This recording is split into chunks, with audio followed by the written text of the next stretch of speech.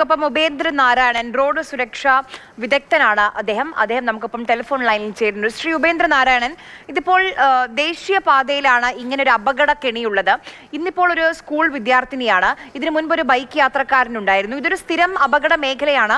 ആവർത്തിച്ച് പരാതി പറഞ്ഞിട്ടുണ്ട്. ഈ തിരക്കേറിയ ജംഗ്ഷനാണ്, ഒരു സമീപത്ത് തന്നെ സ്കൂളുമുണ്ട്, കോളേജുമുണ്ട്. എന്നിട്ടും ഒരു നടപടിയും എടുക്കുന്നില്ല ദേശീയപാത അതോറിറ്റി. ഇനി എന്താണ് അവിടെയുള്ള നാട്ടുകാർ ചെയ്യേണ്ടത്?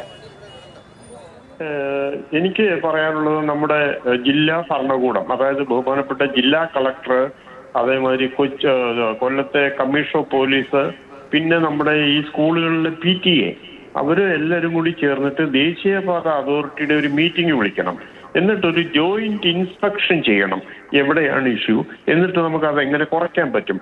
കാര്യം ഇങ്ങനെയുള്ള hidden dangers, it is called hidden source of accidents.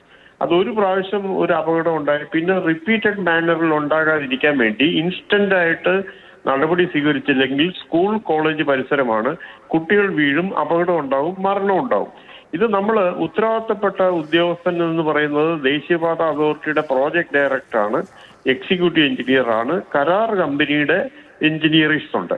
അവർക്കറിയണം എവിടെയൊക്കെ where are the source of accident, both hidden and projected.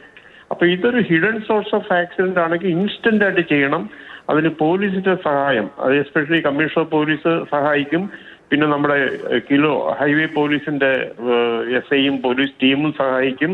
നമുക്ക് എന്തായാലും അപകടങ്ങൾ കുറച്ചേ പറ്റൂ. ഒരു പ്രാവശ്യം ഒരു ആക്സിഡന്റ് ഉണ്ടായി കഴിഞ്ഞാൽ ഇൻസ്റ്റന്റ് ആയിട്ട് അതിനൊരു റെമഡി ഇല്ലെങ്കിൽ റിപ്പീറ്റഡ് മാനറിൽ ആക്സിഡന്റ് ഉണ്ടാവും. അതീവ ദുഃഖകരമാണ് ദേശീയപാത നിർമ്മാണവും അവരുടെ അനാവസ്ഥയും. പിന്നെ ചെയ്യാൻ പറ്റുന്ന അവർ കേട്ടില്ലെങ്കിൽ നമുക്ക് അവരെ കൂടി കൂട്ടുപ്രതിയാക്കാൻ പറ്റും. അങ്ങനെയാണ് ഇത് കുറയ്ക്കാൻ പറ്റുന്നത്. ഇതിലിപ്പം നേരത്തെ ഞങ്ങളുടെ അവിടുത്തെ റിപ്പോർട്ടർ പറയായിരുന്നു, ഇത് തിരക്കേറിയ ഒരു ജംഗ്ഷനാണ്. ആ കുട്ടി വീണു, അപ്പോൾ സമീപത്തുള്ള ആളുകൾ, അവിടെ ജോലി ചെയ്തിരുന്ന ആളുകളൊക്കെ ഓടിക്കൂടിയത് കൊണ്ടാണ് വലിയ അപകടം ഒഴിവായത്. ഇത് നിരന്തരം ദേശീയപാത എന്ന് പറയുമ്പോൾ അങ്ങനെ വാഹനങ്ങൾ പോകുന്ന സമയം, അത് രാവിലെ കൂടിയാണ്. അപ്പോൾ ഒന്ന് ആലോചിച്ച് നോക്കൂ, ഏതെങ്കിലും ഒരു വാഹനം ആ സമയത്ത് അതിലൂടെ പാസ് ചെയ്തിരുന്നെങ്കിൽ ഇത്ര വലിയ അപകടമായേനെ എന്ന്.